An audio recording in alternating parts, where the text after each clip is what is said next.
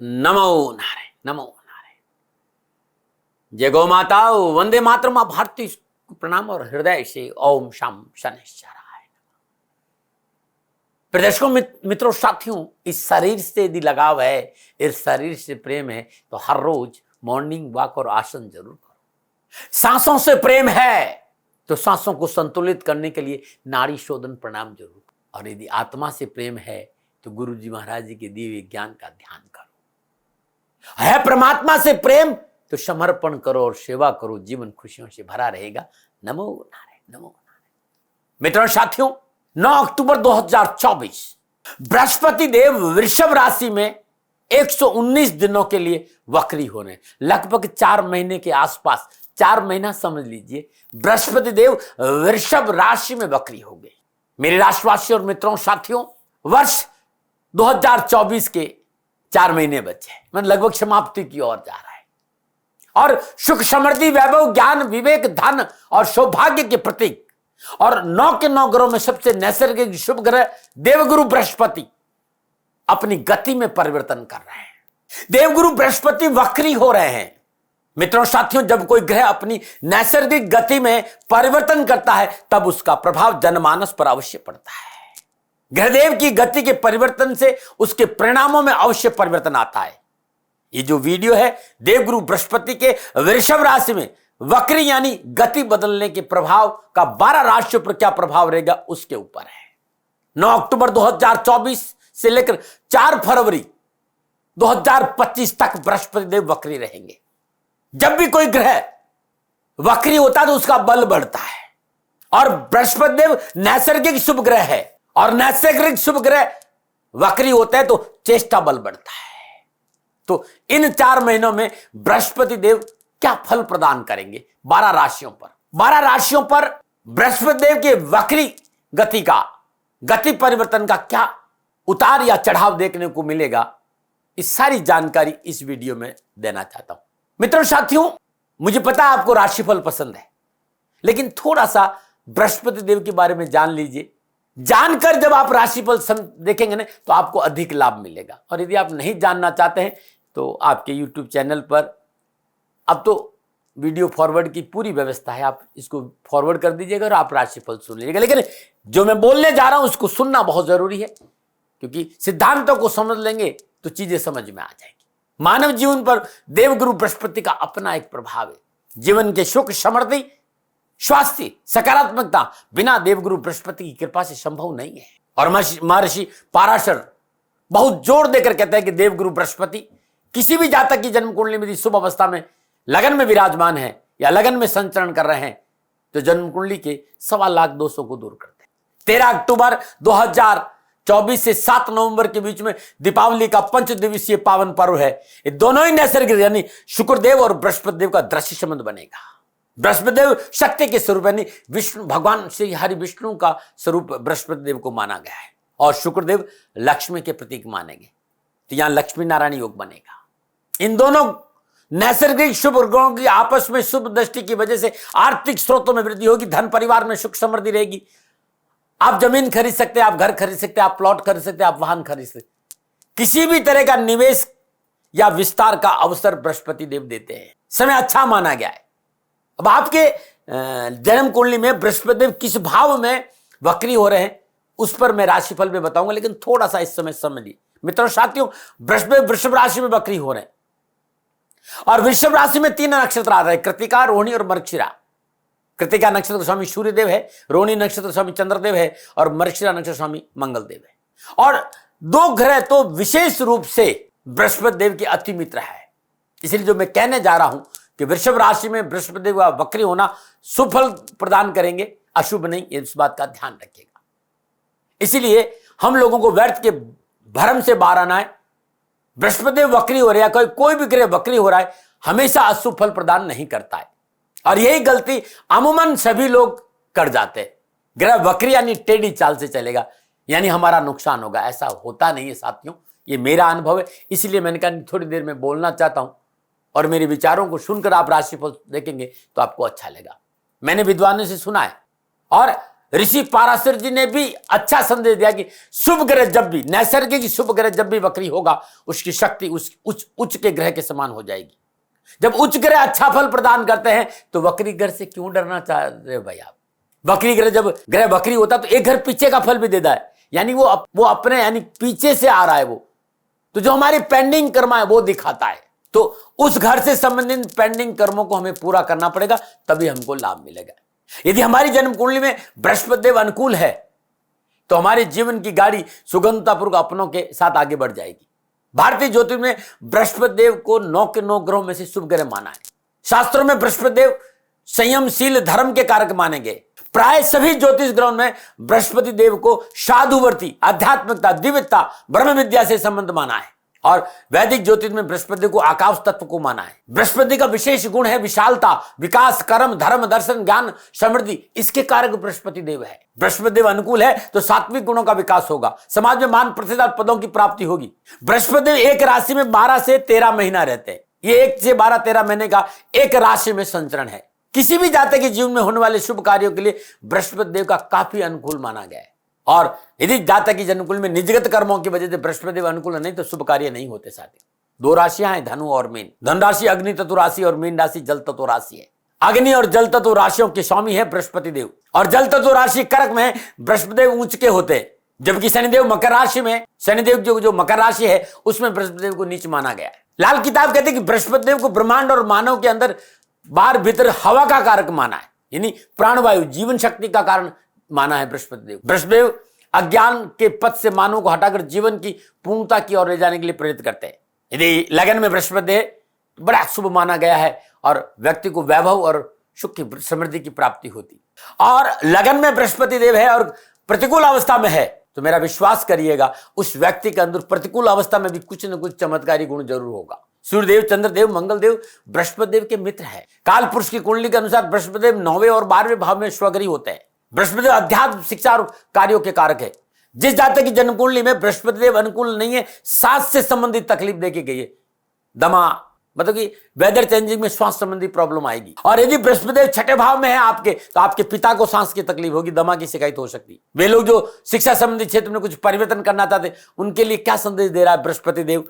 9 अक्टूबर 2024 से क्या नया व्यापार शुरू होगा या प्रमोशन मिलेगा? क्या राजनीतिक वर्चस्व और राजनीति में सफलता मिलेगी या सामाजिक सेवाओं का अवसर मिलेगा? क्या घर में बरकत होगी? 9 अक्टूबर 2024 से लेकर 4 फरवरी तक बृहस्पति देव वक्री है, कैसा रहेगा? क्या परिवार के सदस्य एक साथ बैठ पाएंगे? क्या शादी विवाह के मसले हल होंगे? क्या अविवाहितों का विवाह होगा या घर में आएगा पैसा? क्या संतान को सफलता मिलेगी? ये सारी बातें देवाधिदेव बृहस्पति देव के क्षेत्र में आती है।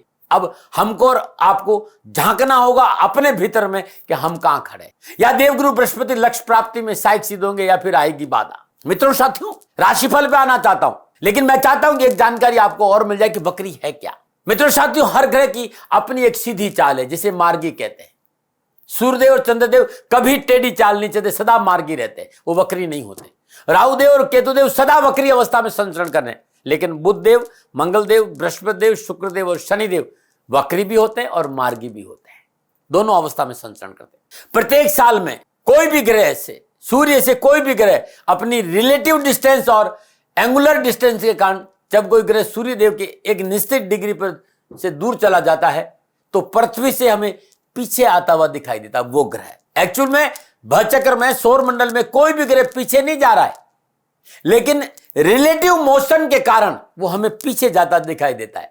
हम सभी लोग यात्रा करते हैं और हम सभी लोगों ने यात्रा में कई बार देखा होगा कि जिस ट्रेन में हम बैठे हैं और दूसरी ट्रेन स्लो स्पीड में हो रही हो तो हमें वो पीछे जाते हुए दिखती, ऐसा लगता है, हालांकि वो आगे नहीं जा रही, लेकिन हमारी गति के कारण हमें ऐसा फील होता है। हाँ, इतना जरूर है कि जब कोई ग्रह वक्री अवस्था में होता है तो उसका चेष्टा बल बढ़ जाता है। चेष्टा बल का मतलब होता है एफर्ट, मैंने आपको जो कुछ भी मिलेगा मेहनत, परिश्रम, संघर्ष से मिलेगा। मेहनत करनी पड़ेगी, एफर्ट करना पड़ेगा, और जब आप मेहनत और एफर्ट करेंगे तो वो ग्रह देवता आपको पूर्ण परिणाम प्राप्त कराएगा। और विद्वानों को सदा मत रहा है कि जब भी कोई ग्रह वक्री होता उसे समझना बहुत जरूरी, क्योंकि ग्रह वक्री होकर पीछे जा रहा है, वो आपसे कुछ कहना चाह रहा है, कुछ संकेत दे रहा है, वो आपके ऋणानुबंध दिखा रहा है, यानी पिछले जन्म का इस ग्रह से संबंध कोई काम पेंडिंग है या पिछले सालों का कोई पेंडिंग ऋण है, उसे आपको इस समय पूरा करना है।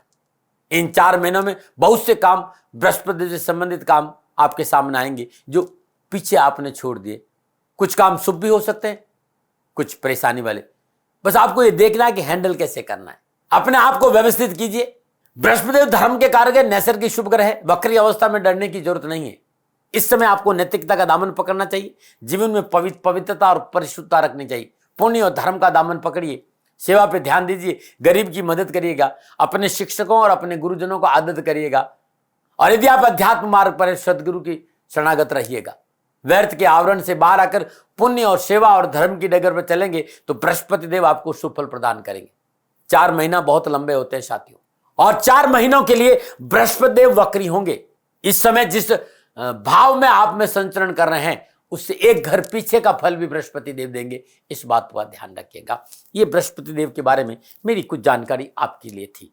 अब मैं बृहस्पति देव का वक्री होने का 12 राशियों को पर क्या प्रभाव पड़ेगा इस विषय पर आ रहा हूं।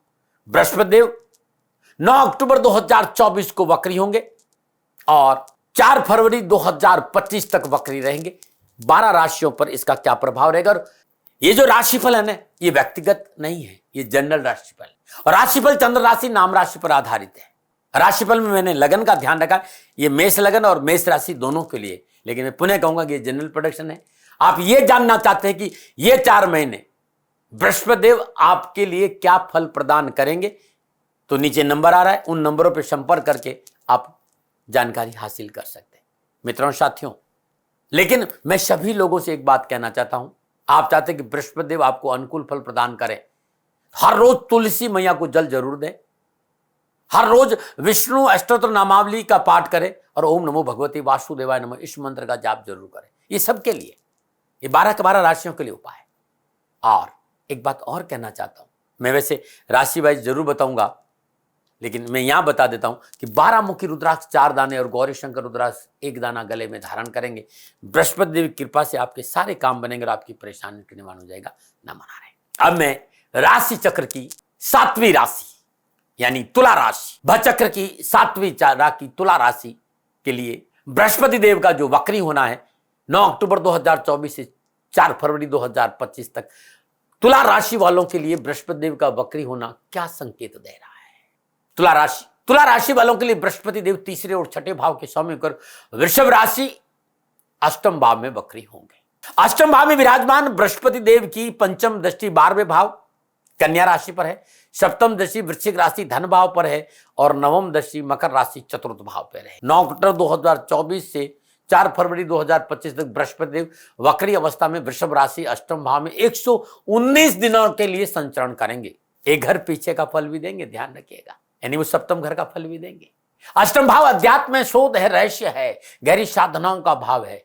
5वीं पूर्ण दृष्टि 12वें भाव है, यानी 2 अध्यात्म भावों से संपर्क बना रहे बृहस्पति देव। 12वां भाव भी अध्यात्म में मोक्ष का भाव है। ये समय पूर्णतः आपके लिए शोध का रहेगा, साधनाओं का रहेगा, गहरे रहस्यों को समझने का रहेगा। 7वीं पूर्ण दृष्टि वृश्चिक राशि धन भाव है। धर्म के साथ साथ धन की और भी आप अग्रसर, अकस्मात धन प्राप्ति के कई अवसर आपको मिलेंगे। यह अलग बात है कि धन के मामलों में एफर्ट बढ़ेगा, परिश्रम बढ़ेगा, संघर्ष बढ़ेगा, लेकिन मेहनत, परिश्रम, संघर्ष का अद्भुत लाभ का फल आपको मिलेगा। 13 अक्टूबर से 7 नवंबर के बीच बृहस्पति देव और शुक्रदेव का समसप्तक दृश्य संबंध होगा। समसप्तक योग भी कह सकते हैं। बृहस्पति देव शुक्रदेव को देखेंगे, शुक्रदेव बृहस्पति देव को देखेंगे। दोनों ही नैसर्गिक शुभ ग्रह, दोनों ही आचार्य है। और ये दीपोत्सव के आसपास का समय है। आर्थिक स्रोतों में वृद्धि होगी, निजी रिश्तों में प्रगाढ़ता आएगी, कुटुंब, परिवार, समाज के प्रतिष्ठित लोग आपके साथ कंधा से कंधा मिलाकर खड़े रहेंगे। आर्थिक पक्ष के अनावश्यक अवरोध समाप्त होंगे, रुके हुए धन की प्राप्ति होगी। स्वास्थ्य संबंधी परेशानियों के आपके आसपास उसमें कमी आएगी, निवारण का संकेत है स्वास्थ्य संबंधी परेशानियों का। बृहस्पति इस समय बहुत सुदृढ़ अवस्था में, क्योंकि मित्र ग्रहों के नक्षत्रों में संचरण कर रहे हैं। मृगशिरा नक्षत्र, रोहिणी नक्षत्र, ये बृहस्पति देव के मित्र नक्षत्र है। 8वें भाव में विराजमान बृहस्पति की 9वीं दृष्टि 4th भाव मकर राशि पे, कर्मों में शुद्धि और कर्मों में विश्वास बढ़ेगा, क्योंकि शनिदेव की राशि को देख रहे। परिवार का साथ मिलेगा, पारिवारिक रिश्तों में प्रगाढ़ता आएगी। मकान खरीद सकते हैं, प्लॉट खरीद सकते हैं, गाड़ी खरीद सकते हैं, घर खरीद सकते हैं। तो बृहस्पति देव 8वें भाव में वक्री हो रहे तो भयभीत होने की जरूरत नहीं, इस बात का ध्यान रखिएगा। चलिए अब विस्तार से बात करते हैं। ये मोटा मोटा मैंने आपके साथ विस्तार से बात करते हैं और सबसे पहले बात करेंगे इस राष्ट्र के युवा और विद्यार्थियों की। वो राष्ट्र की धरोहर है भाई। आप युवा है, विद्यार्थी है, कैरियर, कामकाज, कारोबार, नौकरी, शिक्षा के दृष्टिकोण से बृहस्पति देव का वक्री होना 4 महीनों के लिए सफलता का संकेत नजर आ रहा है। कठिन मेहनत का फल प्राप्त होगा, आर्थिक परेशानी से छुटकारा मिलेगा, शादी विवाह के मसले हल होंगे, हायर एजुकेशन जैसे मेडिकल है, तकनीकी शिक्षा है, कानूनी शिक्षा में सफलता के अच्छे योग, शिक्षा में सफलता मिलेगी, परिवार का साथ मिलेगा, धन संबंधी परेशान से मुक्ति मिलेगी। परंतु 9 अक्टूबर से 15 नवंबर के बीच में स्कूल और कॉलेज न बदले तो अच्छा रहेगा। कार्यों में परिवर्तन न करता जाए, व्यवसाय में परिवर्तन न कर, पूंजी निवेश नहीं करे तो अच्छा रहेगा। इस दौरान सावधानी से कार्य, मर्यादाओं का उल्लंघन मुसीबत में डाल सकता है। बात करते हैं सामाजिक और पारिवारिक दृष्टिकोण। बृहस्पति देव अपनी पूर्ण नवमदर्शी चतुर्थ भाव को देखते हैं, पैतृक मसले सुलझेंगे। पारिवारिक सदस्यों का इन 4 महीनों में पूर्ण सहयोग प्राप्त होगा। पारिवारिक सदस्य हर मुश्किल में घड़ी में आपके साथ खड़े नजर आएंगे। पारिवारिक सुख और सौहार्द वातावरण रहेगा, सभी लोग मिलकर आपका प्रेम पूर्वक साथ देंगे, आपसी संबंधों में मधुरता आएगी। बृहस्पति अपनी पूर्ण सप्तमदशी दूसरे भाव पर है। पारिवारिक दृष्टिकोण से यह समय शुभ और मंगलमय रहेगा। पारिवारिक परेशानी से मुक्ति मिलेगी, पारिवारिक सदस्यों का सहयोग मिलेगा। पारिवारिक सदस्यों के सहयोग से पैतृक संपत्ति के मसले होंगे और पैतृक संपत्ति की प्राप्ति का प्रबल योग है। पुराने मित्रों और रिश्तेदारों में तालमेल में अनुकूलता आएगी। रिश्तेदारों और मित्रों का पूर्ण सहयोग प्राप्त होगा और उनके सहयोग से परेशानी और झंझटों से छुटकारा मिलेगा। तो बहुत अच्छा समय, कोई भयभीत होने की जरूरत नहीं। अष्टम भाव में वक्री होना तकलीफ का संकेत नजर नहीं आ रहा है। बृहस्पति देव की 12वें भाव कन्या राशि में पंचम पूर्ण दृष्टि और सप्तम दृष्टि होगी धन भाव पर और नवम दृष्टि होगी चतुर्थ भाव पर। ऐसी अवस्था में देश विदेश से कारोबारी संबंध बनेंगे, मल्टीनेशनल कंपनी के साथ कोलैबोरेशन होगा और मल्टीनेशनल कंपनी से जॉब संबंधी अच्छे ऑफर भी मिलेंगे। जो भाई बहन बाहर जाकर नौकरी या व्यवसाय करना चाहते हैं उन्हें अच्छा, और जो भाई बहन विदेशों में रहकर व्यवसाय या नौकरी या अपना कामकाज या वहीं स्थायी रूप से रहते हैं उनके लिए भी समय बड़ा उत्तम है। अष्टम भाव में विराजमान बृहस्पति पंचम दशी कन्या राशि 12वें भाव। तुला राशि वालों अकस्मात व्यवसाय और नौकरी में सफलता के प्रबल योग। अष्टम भाव अलौकिक शक्ति और गूढ़ रहस्य और साधनाओं के प्रति सिद्धि की प्राप्ति का भाव है। यह बहुत गूढ़ रहस्य है। साधना और सिद्धियों के भाव होने के कारण साधकों के लिए बहुत लाभकारी रहेगा। आपका मनोबल, आपका साथ तेज वृद्धि होगी, आत्मविश्वास बढ़ेगा। आपकी कार्यशैली में इसकी झलक आपको देखने को मिलेगी और इसकी वजह से आपके रुके बड़े बड़े काम सहजता से संपन्न होंगे। आर्थिक धन कोष में वृद्धि होगी, रुके हुए कार्य बनेंगे, रुके हुए धन की प्राप्ति होगी। अचानक बिगड़े हुए कार्य बनेंगे, परंतु यदि आप कर्म का पालन नहीं करेंगे, धर्म के साथ नहीं रहेंगे, राष्ट्र और सामाजिक मर्यादाओं का उल्लंघन करेंगे और नशा आदि का सेवन करेंगे, किसी गरीब को सताएंगे तो आपको दंड भी मिल सकता है। ध्यान रखिएगा, क्योंकि चतुर्थ भाव में वो शनिदेव की राशि को देख रहे हैं। अष्टम भाव में विराजमान बृहस्पति 12वें भाव को देख रहे हैं। यदि सरकार विरोधी कार्य है, जैसे टैक्स है, जीएसटी है, इनकम टैक्स है, सेल टैक्स, इस ऐसा कोई घपला किया तो फिर दंड की संभावना है। मर्यादाओं का पालन, जीवन साथी से तकरार नहीं, जीवन साथी रिश्तों में पवित्रता और परिशुद्धता रखनी बहुत जरूरी है। धर्म की डगर पर चले। इन 4 महीने में हर महीने गंगा स्नान जरूर करें। त्र्यंबकम यजामहे सुगंधिम पुष्टिवर्धनम रुवार रुक्मी बंधनात् मृत्युमोक्षं क्षमामृतात् मृत्युंजय मंत्र का जाप करना भी उत्तम रहेगा। कैरियर, कारोबार और ओम ऐं ह्रीं क्लीं चामुंडाय विचे दुर्गा निवारण मंत्र का जाप करते मां भगवती की श्री चरण में हर रोज गुलाब के पुष्प अर्पित करने से कैरियर, कारोबार, नौकरी संबंधी परेशानी से मुक्ति मिलेगी। हाँ, स्वास्थ्य के दृष्टिकोण से इस समय तुला राशि वालों को थोड़ा सावधानी का है। आंतें, मोटापा, लीवर, मधुमेह, अपच, गैस्ट्रिक जैसी समस्या में लापरवाही नहीं बरते। ये शारीरिक और मानसिक दोनों प्रकार की परेशानी देने वाले समय स्वास्थ्य को लेकर हल्की सी चूक नुकसान दे जाएगी। 9 अक्टूबर 2024 से 4 फरवरी 2025 तक का जो समय, इसमें कुछ विशेष सावधान है। जैसे आप अपना कह रहे हैं, इस समय उन पर विशेष ध्यान देने की जरूरत हो सकता है, वही आपको चीट कर जाए। आप शादीशुदा है तो रिश्तों में पवित्रता और परिशुद्धता चाहिए, विशेष सावधानी है। कलह की संभावना है, रिश्तों में दरार की संभावना है और तलाक तक मामला पहुंच सकता है, इसलिए रिश्तों में पवित्रता चाहिए। कोई आपको साजिश करके फंसा सकता भी। आसपास के रिश्तों को लेकर सावधानी बरतें। यदि आप नौकरी है तो अपने जिद्दी स्वभाव, अपने क्रोध पर काबू रखें। बॉस के साथ बात करने के लहजे में थोड़ा सा विनम्रता रखें। आर्थिक कंट्रोल अपने हाथ में रखना शुभ होगा। अति विश्वासी व्यक्ति आपको आर्थिक नुकसान दे सकता है, न बना रहे। क्या उपाय करें? इस 4 महीनों में हर महीने गंगा स्नान करना उत्तम रहेगा। गरीब बच्चों को वस्त्र और स्कूल की किताबों या कॉपी पेंसिल का दान देना उत्तम रहेगा। शारीरिक कष्ट ना आए, तुला दान करिएगा। वजन से 7 गुना, वजन से 11 गुना वजन के बराबर ज्वार गौशाला में दान देना उत्तम रहेगा। हर रोज सूर्य को जल देना भी उपयुक्त अच्छा रहेगा।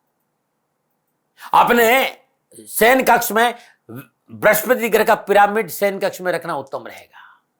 भगवान शिव की उपासना से सारे कष्ट मिलेंगे। श्री शिवाय नमस्तुभ्यं इस मंत्र का जाप करते हर रोज सुबह सुबह शिवलिंग पर बेलपत्र अर्पित करेंगे तो कष्ट कम आएगा। नंबर 8। प्रिय दर्शकों, मित्रों, साथियों, बृहस्पति देव 4 नवंबर वो वक्री हो रहे हैं। तुला राशि पर क्या प्रभाव रहेगा, ये मेरा निजी आकलन था। न भय, न भ्रम, न भ्रांति, न विवाद, न तर्क, शक, न उपनयन का अधिकार आपका था। आप कह रहे आप ही करेगा, मानो न मानो, ये आपकी मर्जी। हाँ, आकलन मेरा था और मेरे से भूल हो गई, दोनों हाथ जोड़कर क्षमा मांगता हूं। आप सुखी रहे, आप स्वस्थ रहे, समर्थ रहे, शनिदेव के चरणों में मेरी प्रार्थना। नमो नारायण। राजस्थान का हर व्यक्ति जानता है कि दाती महाराज गायों से बहुत प्यार करते हैं, बेटियों से बहुत प्यार करते हैं। हजारों सैकड़ों बेटियों के लिए, जीवन के लिए मैंने अपना संपूर्ण जीवन दिया है और ये मेरा शौक था, मेरी राष्ट्र की धरोहर थी और ये करना मेरा कर्तव्य और कर्म था। मैं आपको किसी वजह से नहीं सुना रहा हूं, बस खाली बता रहा हूं कि ये मेरा जीवन का लक्ष्य रहा है। मनुष्य हूं और मानव होने के नाते मेरा कर्तव्य है कि मैं अपनी राष्ट्र की सेवा करूं। मैं इस राष्ट्र का नागरिक हूं। 30 सालों से मैं बेटी बचाओ और गौ सेवा में अपना जीवन इस राष्ट्र के साथ लगाया है। वर्तमान परिस्थितियां आर्थिक दृष्टिकोण से मेरी अनुकूल नहीं है। धन नहीं मांग रहा हूं कि मुझे आप पैसे दीजिए, नहीं, पहले भी कभी नहीं मांगा और अब भी मैं नहीं कह रहा हूं। और ये मेरा अहंकार नहीं है, क्योंकि धन को लेकर मैं राष्ट्र के सामने कभी नहीं आया था। हमेशा मैंने एक आख साहब सेवा करी, आप, मैं भी सेवा करता हूं, आप भी सेवा करें। धन नहीं चाहिए, लेकिन वर्तमान में जो आर्थिक परिस्थिति है वो मेरे को ये कहने के लिए मजबूर कर रही है कि सन्निधान गौशाला की गायें दुखी नहीं रहे, इसके लिए मुझे आपका सहयोग चाहिए। और सहयोग के लिए मैं स्वयं आपके साथ खड़ा हूं, आपकी समस्याओं के समाधान के लिए। भाई, आप अपनी जन्म कुंडली का अवलोकन कराना चाहते हैं, आप अपनी जन्म कुंडली बनाना चाहते हैं, आपको बहुत सी चीजों की जानकारी चाहिए, तो मैं आपके साथ खड़ा रहूंगा, पूरे साल खड़ा रहूंगा, जब तक जीऊंगा तब तक खड़ा रहूंगा। नंबर आ रहा है, इन नंबरों पर संपर्क करिए, आप मेरे से बात करिए, लेकिन इसकी एवज में गायों के लिए चारे की व्यवस्था कर लीजिए। और इसीलिए मैंने कहा था कि भाई थोड़ा दिन इस समय मैं परेशानी में हूं और मेरी गायें चारों को लेकर थोड़ी सी परेशान है। ऐसा हृदय से आया, लोगों ने कहा कि राष्ट्र आपसे प्यार करता है, दाती महाराज एक बार निवेदन करिए। तो मैं दान नहीं मांग रहा हूं, फिर भी मैं अभी भी मेरा ये अहंकार नहीं। साथियों, मेरा राष्ट्र सर्वोपरि है। मैं ये नहीं कह रहा हूं, मैं ये कह रहा हूं मैं परिश्रम करूंगा आपके लिए, और परिश्रम के एवज में गायों के लिए चारे की व्यवस्था करिए। शनि भगवान आपकी रक्षा करे और आपका जीवन सदा खुशियों से भरा रहेगा, ऐसा मेरा निवेदन। और वे लोग जो सक्षम है, सामर्थ्यवान है और जिन्हें दाती महाराज के ज्योतिषीय समाधान की आवश्यकता नहीं, तो उनको मेरा प्रणाम। क्योंकि बहुत से लोगों को मैंने देखा है पिछले 1 महीने में, लगभग 20 से 25-50 लोग ऐसे भी हैं। मैं उन सब के प्रति अपना आभार प्रकट करता हूं और ये सहयोग में जीवन भर याद रखूंगा। मित्रों, समय ऐसा है कि मेरी परिस्थिति आर्थिक दृष्टिकोण से अनुकूल संकेत नहीं दे रही है, इसलिए मैंने राष्ट्र से कहा कि सन्निधान गौशाला में परेशानी नहीं चाहिए। सरकार सपोर्ट कर रही है, अपनी सीमाओं में रहते हुए जो सरकार करती है, लेकिन उससे पूरा नहीं पड़ता है, ये आप भी जानते हैं। शासन की अपनी एक सीमा है और अपनी मर्यादा है, और शासन के पास और बहुत से काम है। लेकिन फिर भी मैं आप सभी का धन्यवाद देते हुए हृदय से पुनः एक बार निवेदन करना चाहता हूं कि आपको लगता है कि दाती महाराज के साथ सन्निधान गौशाला में खड़ा रहना है, तो नंबर है, जरूर सहयोग करें। मेरा कोई दबाव नहीं है, प्रार्थना थी। ओम नमो नारायण। ओम नमो।